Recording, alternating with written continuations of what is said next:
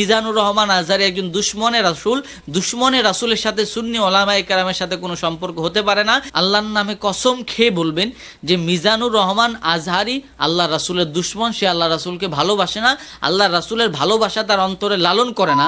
Doctor Mizanur Rahman Azhari বাংলাদেশে এসে গুরুত্বপূর্ণ একটা কাজ করেছেন, যে কাজের কারণে অবশ্যই তিনি প্রশংসিত হবেন বলে আমি মনে করি। এবং আমি আগেই বলেছি যে মিজানুর রহমান আজহারীর মন মানসিকতা সুন্দর, এবং মন মানসিকতা সুন্দর বলেই বিধায় এখন পর্যন্ত তিনি বাংলাদেশের কোটি কোটি যুবকের বা মানুষের প্রাণে আছেন এবং তাকে মানুষ ভালোবাসে। তিনি যে কাজটি করেছেন যে আজকে তিনি একটি মতবিনিময় সভার আয়োজন করেছেন এবং সেই সভায় তিনি সকল দলের ওলামায়ে কেরামদেরকে দাওয়াত করেছেন এবং সেখানে দাওয়াত করে তাদের সাথে মতবিনিময় সভা করেছেন, কিভাবে আগামীর বাংলাদেশকে এগিয়ে নিয়ে যাওয়া যায়, বিভিন্ন বিষয় নিয়ে, দেশের বিভিন্ন পরিস্থিতি নিয়ে সেখানে আলোচনা হয়। এখানে অবাক করা কাণ্ড হচ্ছে, সেখানে মিজানুর রহমান আজহারী এমন ব্যক্তিকেও দাওয়াত দিয়েছে যেই ব্যক্তিরা আগে পরে মিজানুর রহমান আজহারীর কঠোর সমালোচনা করেছেন।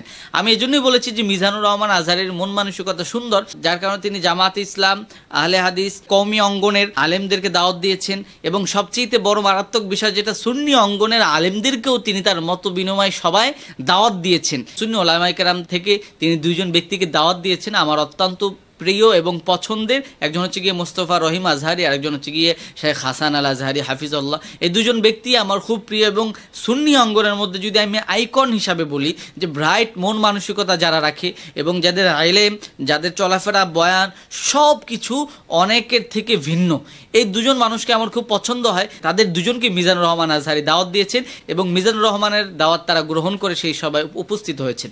তবে দুঃখজনক একটা বিষয় হচ্ছে গিয়ে সুন্নি ওলামায়ে কেরামদের মধ্যে অনেকেই মোস্তফা রহিম আজহারী এবং হাসান আল আজহারীকে নিয়ে অলরেডি সমালোচনা শুরু করে দিয়েছেন।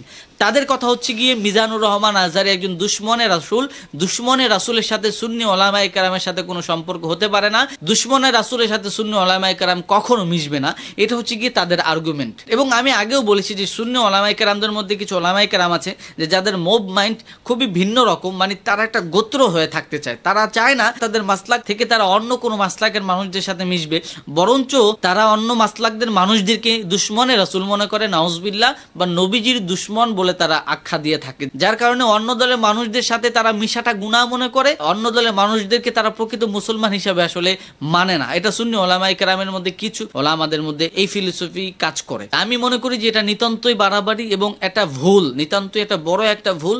এজন্য ভুল যে সুন্নি ওলামায়ে কেরাম ছাড়া অন্য ওলামায়ে কেরাম, জামাত ইসলাম বা কওমি বা আহলে হাদিস, অন্য দলের যারাই আছে তারা দুশ্মনে রাসূল, এই কথাটা নিতান্তই মিথ্যা এবং বানোয়াট। আমি চ্যালেঞ্জ করলাম সুন্নি ওলামায়ে কেরামদের মধ্যে যারা এই মাইন্ডের, আপনাদেরকে যে আপনারা আল্লাহর নামে কসম খেয়ে বলবেন যে মিজানুর রহমান আজহারী আল্লাহ রাসূলের দুশ্মন, সে আল্লাহ রাসূলকে ভালোবাসে না, আল্লাহ রাসূলের ভালোবাসা তার অন্তরে লালন করে না। কসম খেয়ে এই কথাটা বলবেন এবং বলবেন যে আপনি যদি আপনার কসমের উপরে মিথ্যাবাদী হন, আপনার ধারণা যদি মিথ্যা হয়, তাহলে আপনি ঈমান হারা অবস্থায় মারা যাবেন। আমি চ্যালেঞ্জ করলাম, পারলে আপনি এইভাবে কসম খেয়ে দেখাতে পারবেন? পারবেন না, কারণ আপনি ধারণা করে একজনকে দুশ্মনে রাসূল বলতেছেন। আপনার কোরআন হাদিস বুঝার সাথে তার কোরআন হাদিস বুঝার একটু ভিন্নতা থাকার কারণে, বা সে একটু কম বুঝে বা আপনি একটু বেশি বুঝেন, এটার কারণে আপনি একজনকে দুশ্মনে রাসূল বলতে পারেন না। বরঞ্চ আমি মনে করি যে এটা একটা ষড়যন্ত্র, সকল উম্মাহকে ঐক্যবদ্ধ না হওয়ার জন্য এটা একটা কঠিন ষড়যন্ত্র, এবং সেই ষড়যন্ত্রের মধ্যে পা দিয়েছে এই সুন্নি ওলামায়ে কেরাম, যার কারণে তারা অন্য আলেমদের সাথে মিশে না। যদি বাংলাদেশে সুন্নি, তারপরে জামাতি, কওমি সকল ওলামায়ে কেরাম একত্রিত হয়ে যেত, বাংলাদেশে নাস্তিক মুরতাদদের ঠাঁই হতো না। এই কথাটাই সুন্নি ওলামায়ে কেরাম বুঝতে চায় না। তারা নিজেদের দল থেকে বের হতে চায় না, তারা দলের বাইরে কারোর সাথে মিশতে চায় না, কারোর সাথে কথা বলতে চায় না, কারো প্রশংসা করতে চায় না, কারো ভালো দিক বলতে চায় না।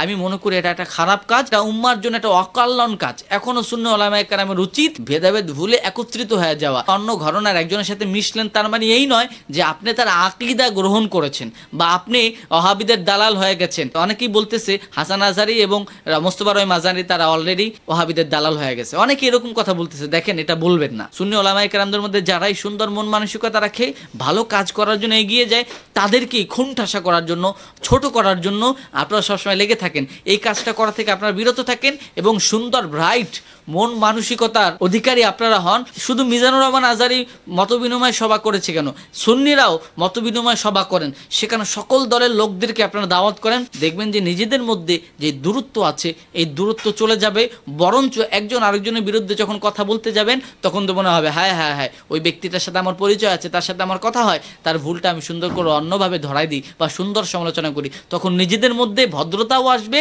সুসম্পর্ক হবে এবং দেখা যাবে যে অনেক বিষয়ে সমাধানের রাস্তা তৈরি হবে।